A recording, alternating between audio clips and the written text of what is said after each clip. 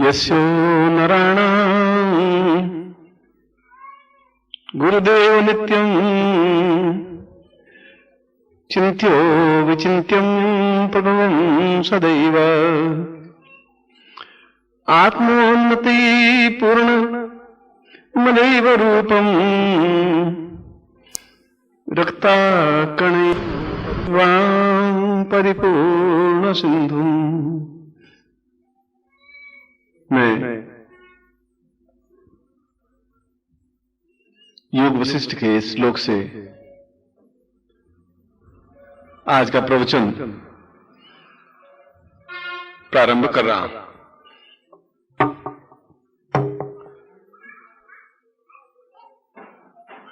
और प्रवचन में इस श्लोक में यह बताया है कि प्रत्येक प्राणी के शरीर में रक्त होता है, चाहे चींटी हो, चाहे हाथी हो, चाहे मनुष्य हो, चाहे स्त्री हो, चाहे बालक हो, चाहे वृद्ध हो। मगर वह रक्त सही अर्थों में रक्त नहीं है, रक्त होते हुए भी रक्त नहीं है। क्योंकि यह रक्त या तो गेहूं के आटा खाने से या रोटी खाने से बना है, साग सब्जी खाने से बना है, हलवा पूड़ी खाने से बना है, या गायों का रक्त बना है तो घास फूस खाने से बना है। इसीलिए ये रक्त जो ही आदमी की मृत्यु होती है, 1 घंटे के बाद में ये पूरा का पूरा शरीर का रक्त पानी बन जाता है। उसमें किसी प्रकार के लाल कण नहीं होते। यदि उसके बाद अगर 20 मिनट बाद भी, 25 मिनट बाद भी मरे हुए व्यक्ति के शरीर को काटे तो उसमें से पानी निकलेगा, गंदा सा पानी, पर ब्लड नहीं निकल सकता, खून नहीं निकल सकता। इसलिए वो रक्त है ही नहीं, इसलिए वह एक प्रकार से पानी है, लाल रंग का पानी है। हमने उसको रक्त कहा है, रुधिर कहा है, जीवनदाता कहा है, जो कुछ भी कहा है। जो चीज सनातन है, चिरंतन है, सैकड़ों हजारों वर्षों तक जीवित रहने वाली चीज है, वह अपने आप में सार्थक चीज है। यह सार्थक चीज नहीं, मनुष्य भी सार्थक नहीं है। मनुष्य सार्थक बन सकता है। आप आज हैं, आज से 20 साल पहले आप बालक थे, खिलखिलाते हुए, कूदते हुए, नाचते हुए, झूमते हुए। आज आप जवान हैं और बोझिल हैं, टेंस में हैं, जवानी में हैं, जो कुछ भी हैं। और आज से 10-15 साल आप बुढ़े हो जाएंगे, आज लाठी लिए होंगे, खांसेंगे, तो आप भी वो के वो चीज नहीं रहेंगे जो 10 साल पहले थे, जो आज है। और उस वृद्धता के 10-15 साल बाद आप मृत्यु को प्राप्त हो जाएंगे। तो चिरंतन तो नहीं रहा, शाश्वत नहीं रहा। जो चीज शाश्वत है वह चीज अमर है, और जो चीज अमर है वह जीवन में अपने आप में पूर्णता प्राप्त युक्त है। बाकी पूर्ण नहीं है, बाकी सब चीज नश्वर है, समाप्त प्राय है। ये चीज जो वशिष्ठ में कहा है कि व्यक्ति कब समझेगा, वो कह रहा है कि मेरी आने वाली पीढ़ियां को सुन सुन करके मैं बहुत दुखी हो रहा हूं, व्यथित हो रहा हूं कि वो पीढ़ी समझेगी नहीं जो मैं शब्द बोल रहा हूं। वो खुद ही श्लोक में बोल रहा है।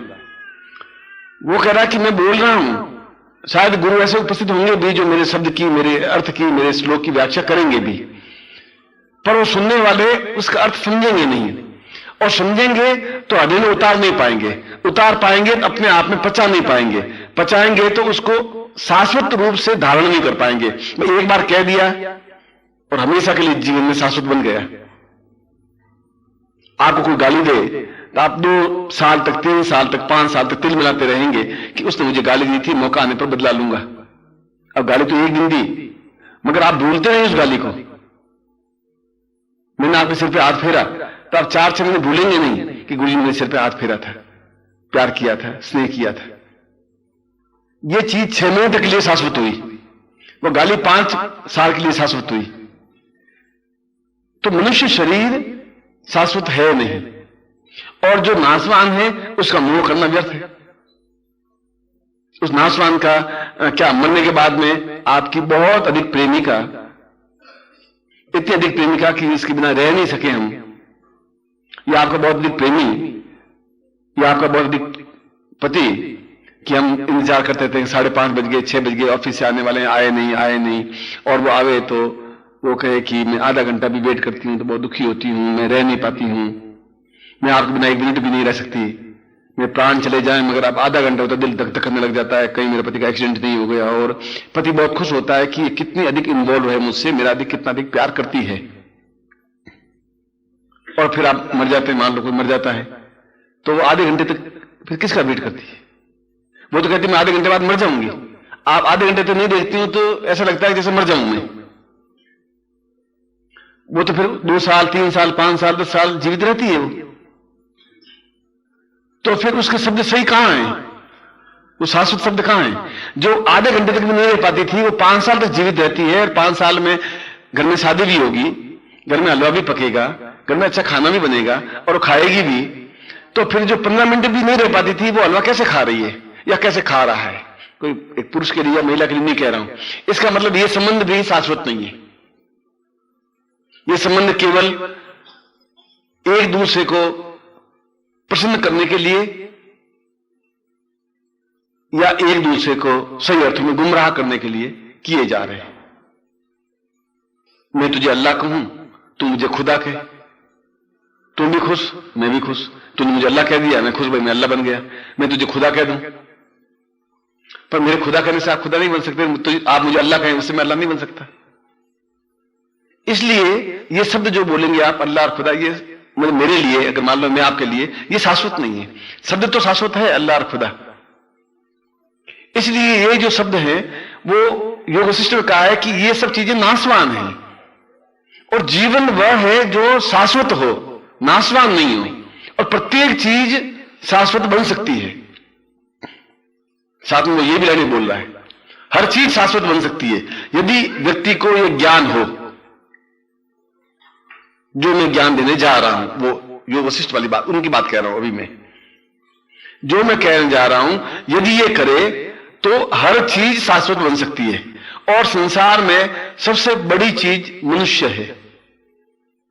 इस समय तक तो चंद्रमा पर भी अमेरिका ने एक रॉकेट भेज चुके हैं कि वहां कोई प्रकार का जीवन नहीं है। मंगल ग्रह पर भी पूरा अध्ययन करके आए हैं कि वहां किसी प्रकार की ऑक्सीजन नहीं है, इसलिए वहां पर भी कोई जीवन की कोई अंश नहीं है। मंगल ग्रह पर भी गए हैं, शुक्र ग्रह पर भी गए हैं, कहा है वहां जीवन का अंश नहीं है। केवल वो वैज्ञानिक इस धारणा पर पहुंचे हैं कि केवल पृथ्वी ग्रह पर जीवन है। यानी जीवन तो उस एटमोस्फेयर में जीवित रहेगा जिस एटमोस्फेयर को व्यक्ति को जरूरत होगी। यदि ऑक्सीजन खत्म कर दें तो व्यक्ति मर जाएगा। ये ऑक्सीजन अगर वहां नहीं है इसका मतलब जीवन नहीं है। तो आप कह रहे हैं हमारे शास्त्रों में तो लिखा है। मैं कह रहा हूं शास्त्रों में लिखा है। और यदि आप शास्त्र पढ़े, यजुर्वेद पढ़े, दूसरी बात, यजुर्वेद में लिखा है कि रेगिस्तान में, जैसलमेर जहां है, जहां रेगिस्तान रेत के टीले हैं, वहां पर यजुर्वेद में कहा कि यहां पर सरस्वती नदी बहती थी और इस सरस्वती नदी किनारे ऋषि साधना सिद्धि सफलता करते थे। अब आज तो वहां रेत के टीले हैं, सरस्वती नदी बहती नहीं, सरस्वती नदी क्या पानी, बरसात भी नहीं होती, 2 इंच बरसात होती है, कभी 3 इंच बरसात होती है।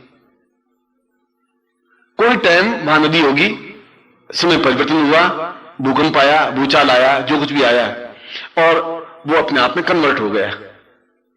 जहां नदी बहती थी वहां मरुस्थल बन गया, जहां मरुस्थल था वहां नदी बहने लग गई। ऐसे सैकड़ों आप जहां पर बैठे हुए हैं, इस यहां पर दिल्ली कम से कम 50 बार उजड़ी है, 50 बार बसी है। ये सैकड़ों मकबरे आप देखें, खंडर पड़े, कोई टाइम तो मकबरे बनाए होंगे, हुमायूं का मकबरा और उसका मकबरा, अपने आप बहुत आलीशान बनाया होगा। बनाने वाले बनाते समय बहुत हर्ष उल्लास उमंग के साथ बनाया होगा। लाल किला जिसने भी बनाया होगा वो लाल किला बहुत उमंग के साथ बनाया होगा शाहजहां। अब आज लाल किला मतलब खंडर टाइप है, हम देखने जाते ही नहीं भाई, उसमें सब चीनें टूटी हुई हैं, पत्थर टूटे हुए हैं। यानी युग के साथ साथ वह भी परिवर्तित हो गया। योग के साथ साथ मंगल ग्रह पर भी या चंद्र ग्रह पर जीवन होगा। कोई एकदम से अलका या एकदम से कोई भूकंप या कोई भूचाल कोई गिरा होगा, और गिरा होगा वहां के जीव नष्ट हो गए। इसलिए कह रहे हैं कि इस समय केवल संसार में पृथ्वी पर ही मनुष्य जीवन है और दूसरी जगह जीवन नहीं है। यह विज्ञान की मान्यता है, मेरी मान्यता इस पॉइंट पर नहीं है।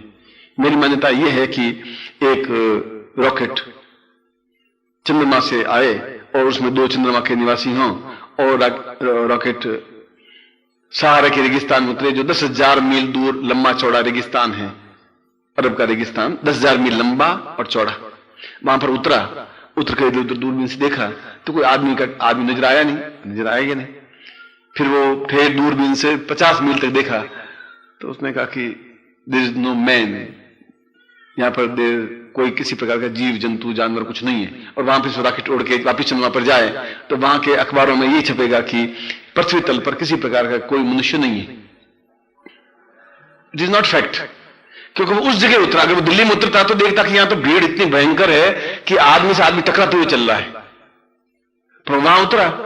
हो सकता है कि हमारा स्पुतनिक वहां उतरा होगा जहां रेगिस्तान में पत्थर के टुकड़े होंगे, और उन्होंने वहां से मतलब मुश्किल से 200 फीट दूर या 200 गज दूर देखा, और देखा कोई आदमी नहीं नजर आया, वहां से वापिस उड़ा, यहां यार कहा वहां नहीं है। ये विज्ञान कह रहा है। ज्ञान कह रहा है कैलाश है, ब्रह्मलोक है, विष्णु लोक है, इंद्रलोक है, वो है। वहां पर विज्ञान नहीं पहुंच पा रहा है, और जहां विज्ञान नहीं पहुंच पाता है वहां मनुष्य पहुंच पाता है। क्योंकि मनुष्य एक ऐसी चीज है, वो राक्षस भी बन जाता है, वो देवता भी बन जाता है। उसके लिए दोनों रास्ते खुले हैं। राक्षस ही रहेगा, वो देवता नहीं बन सकता। देवता ही रहेगा, वो राक्षस बन ही नहीं सकता, चाहे तो भी नहीं बन सकता। वो मनुष्य भी नहीं बन सकता। देवता चाहे कि मनुष्य बनूं तो देवता मनुष्य जन्म ले, देवकी के गर्भ से जन्म ले, फिर कृष्ण बने और फिर मृत्यु लोक में घूमे। तो वो देवता भी अपने आप में जब मनुष्य का जीवन का आनंद लेना चाहे तो किसी गर्भ से जन्म लेकर के जीवन का आनंद लेते हैं। तो जीवन का आनंद मृत्यु लोक में है, न देवलोक में है, न राक्षस लोक में है, न पाताल लोक में है। इसलिए मनुष्य के लिए दोनों रास्ते खुले हुए हैं। वह चाहे तो राक्षस बन सकता है, वह चाहे तो देवता बन सकता है। आप चाहें तो कल किसी को गालियां दें, किसी को मारपीट करें, किसी को चक्कू मारें, किसी को छुरा मारें, किसी को लूट लें, हथिया लें, आप राक्षस बन जाएंगे। कोई आपको उसमें कोई रोकने टोकने वाला नहीं। या आप उस साइड में बढ़ सकते हैं, इस साइड में बन सकते हैं कि आप सत्कर्म। ओम परम तत्वाय नारायणाय गुरुभ्यो नमः। ओम ह्रीं मम प्राण देह रोम प्रतिरोम चैतन्य जाग्रय ह्रीं ओम नमः।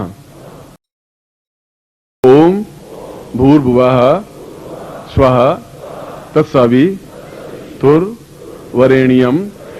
भर्गो देवस्य धीमहि धियो यो नः प्रचोदयात्।